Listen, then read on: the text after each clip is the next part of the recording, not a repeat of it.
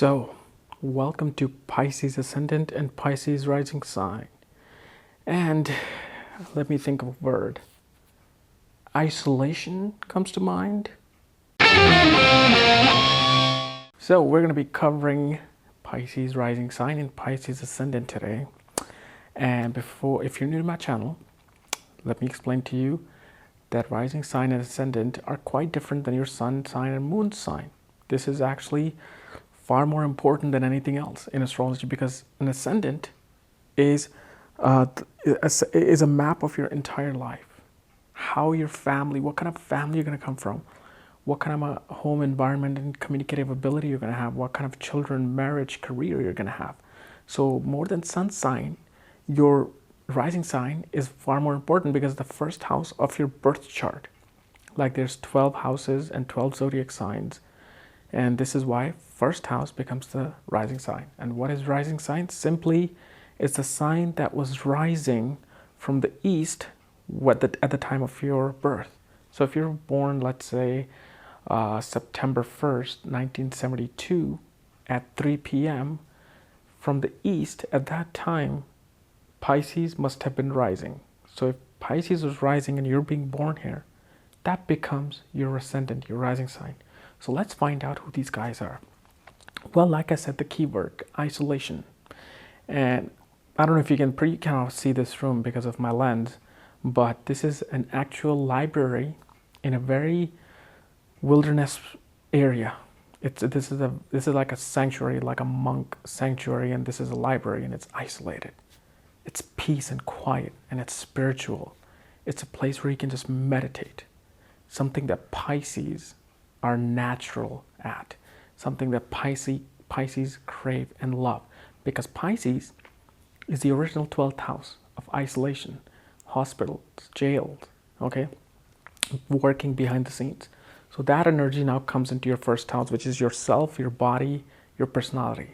And this is how most of the Pisces are. They love being isolated and being in their daydreaming world, being in their imaginative world, connecting with the source. That becomes their main characteristics. So when it comes to Pisces family, the upbringing, their wealth, their family assets, their speaking ability, okay, they're actually grown out. They usually grow in a very active family. They usually grow up in a family where mom and dad are always taking the kids, to different activities, camping, hiking, and it's a very, it's a very disciplined environment, but with a lot of activity, a lot of energy in the home. However, this all depends on the condition of the Mars. So I'm just giving you a basic foundation value of what the ascendant is, but depending on the placements of planets, situation could be good or bad. So if Mars is bad, you can actually grow up in a very, very disturbing family where the father could be alcoholic, father could be physically abusive if Mars is not well placed. And this is because Sun is ruling the 6th house for Pisces of enemies, deaths, and diseases. So if Sun and Mars are not well placed, I've seen people who come from a very, very turbulent, very, negative family environment where the father was just beating the mother, the kids, and they just grew up in this very terrible environment. But if Mars is neutral and well placed, it's a very active family where father holds a very authoritative figure, but at the same time, he wants to keep their mind active. So usually, their father can be an engineer, their father could be a policeman, their father could be in a medicine, or their father could be like a government bureaucrat. He could be an administrator in the government. And so these guys are mostly seen, with this ascendant, and father could be a policeman as well, because the energy of the soldier is controlling the second house of family, okay, and Sun, who represents the father, controls the 6th house of everyday life, dealing with enemies. So a policeman usually has to deal with enemies. That's what their job is. Their communication, and also these guys have a very strong speech. Just because they're Pisces sun sign, they're different. But Pisces ascendant people, even though they're spiritual, but there's solidness in their speech. There is authority in their speech because of the fact this is why they make the very good, spiritual gurus. Because even though they have the being of a spiritual energy, their speech has to dominate that. So in order to teach people about spirituality, their speech has to be quite dominating. Their communication with siblings and their courage and their everyday communication with friends and relatives are actually quite very esoteric. Not because it's ruled by Taurus and it's Venus. That would probably be a different energy. But because Venus becomes Lord of the 8th house, which represents occult, which represents things underground, hidden knowledge, So these guys love communicating with their everyday friends about, things that are hidden, like astrology. Like these guys would be the ones who go out and talk about UFO and aliens. They will be the one talking about the Mayans and 2012, end of the world theory with their close family and friends, because Venus becomes that signifactor in their horoscope. Their home life, their family life, their family sanctuary is very communicative. It's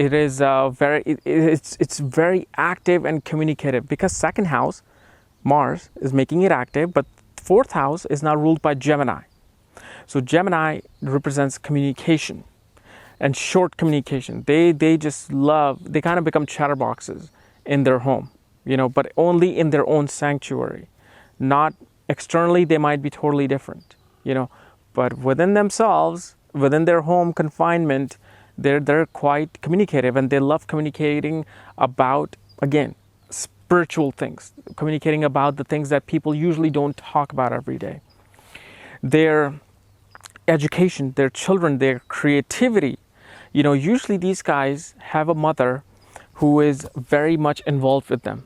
Their mother would have been very involved with them, and their mother were able to raise them with creativity. Like mother was always able to find creative ways to raise her children. And so these guys, especially when it comes to education, education can get hurt, but only if they relate to education emotionally, they do well.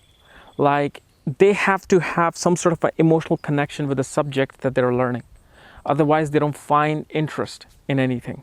So if they're going to learn mathematics and they're going to learn, physics, they want to have an emotional connection to it. They want to be like, okay, how is it, fulfilling my inner being? This is why Pisces Ascendant are considered quite romantic, because of the fact their 5th house of romance, because creativity, meaning romance as well. Romance requires creativity. So they're very, very emotional and attached to their love partner. However, moon, whichever house the moon rules, I've always said, it has up and down ties. So these guys are very moody in a relationship. They can get very moody in a relationship if they do not get enough emotional attention. Okay, and they're also very creative too, because moon, obviously ruling the 5th house of creativity. Okay, and their ascendant Pisces, it's all about finding creativity and spirituality. So these guys make very, very good writers, very good novelists, like romantic novelists. They can make very good spiritual writers as well. When it comes to their, enemies, when it comes to their deaths and diseases, it's pretty much, very much linked to the father. And usually Pisces Ascendant may have a father who might be jealous of their mother who's doing a better job at raising them. Because Sun, the Lord of the 6th house, Leo, rules this house for Pisces Ascendant. Okay, so there could be trouble through father. You can incur debts on behalf of the father. Your bosses, you hate, first of all, being controlled by other people. You want to be left alone and you want to do your own work. Like you want to be your own boss, and not just your own boss. You don't want to be anybody else's boss. Okay, and this is why in your workplace, usually your enemy is that authoritative figure, because Sun represents authority. So your boss is very dominating and it's very egoistic when it comes to relating to you. And this is why with the father too, if sun is not well placed, usually father will tend to feel like, God, are you my father or you're my enemy? And this is especially if its sun is debilitated, or sun is in the in the 8th house. So this tend to happen. But yeah, father usually feels a bit jealous towards how the mother was raising them, because moon becomes 12th to the sun, and so it rules the house of kids. And when it comes to their marriage, okay, which is the 7th house, they usually find a very realistic partner who approaches life and marriage in a very realistic view, but they're quite communicative, because not only Mercury rules their 7th house of marriage, but remember, it's ruling their 4th house of land, of vehicles, of conveniency, but more so of the home nourishment. So their partner tends to be very communicative, but also very intelligent and articulate about how to raise a family. Because Pisces people are very esoteric. They're very much, out there thinking about the unknown things, where the partner kind of brings them to reality that, hey, we got to pay our bills too. It's okay that you want to figure out the meaning of life, but let's try to find a way to also, pay our bills and be secure. So these guys actually find a husband and wife who may tend to take charge of the family assets, or they might take charge of, investing for the husband or for the wife, whoever they're married to. They'll be like, okay, let me take care of this. Let me take care of the finance, just to make sure that, we are well off. So when it comes to their joint assets, their sudden, changes and sudden events that occur in their life, and their longevity and their in-laws, their joint assets after the marriage tend to be quite balanced. They're very balanced because Libra rules this house, and this is why I said Libra, Libra is ruling the 8th house and the 3rd house of communication. And so Venus, which becomes the lord of this, tends to give them an ability to speak about the occult. And all the key houses that represents these things are being ruled by the key planets. Like when you go to their 9th house of religion, of higher values, of higher learnings, of philosophy, is being ruled by what? Scorpio, Mars. Scorpio, that original sign of 8th house that wants to dig deep into the matter of things. So this is why these guys can become philosophers. These guys become, historians. These guys become theologians, because they want to dig deep in when it comes to religion, when it comes to these esoteric subjects. And Mars is quite an important planet for them, because it's ruling their 2nd house of speech, home life, family life, and wealth, accumulated wealth. And it rules this 9th house of fortune, of governing the higher education, their religious views. Okay, so their religious views, they're very much, their attention is always towards these things, because Mars is known as energy. Okay, Mars represents energy. So wherever in your horoscope Mars is, that your energy is really going towards those things. So their energy is going into the speech, the family values that they have learned, and their energy is spread into the religion, okay? Spread into the higher learning, the spiritual learning. And Venus represents your passion. So in your birth chart, wherever Venus is and the houses that is placing, you're going to be passionate about those things. So what is their passion? 3rd house and 8th house. 3rd house of communication and 8th house of occult. So communication of the occult, while also utilizing the energy towards these spiritual matters and digging deep matters. So it becomes fun when you know just a little bit of astrology. It becomes fun.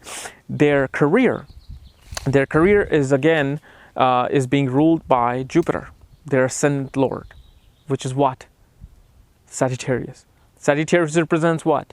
The 9th house of philosophy, religion, higher learning. But also remember this, they can also be good financial advisors too, because Jupiter is a signifier of finance. But more so in this ascendant, Jupiter becomes somebody, of a spiritual leader, somebody of a, who knows the higher wisdom of life. So a lot of spiritual people have this ascendant, because Jupiter is ruling their career, their authority in the world. and it becomes a very spiritual and very religious and very philosophical authority. They make themselves in that category, in their professional life.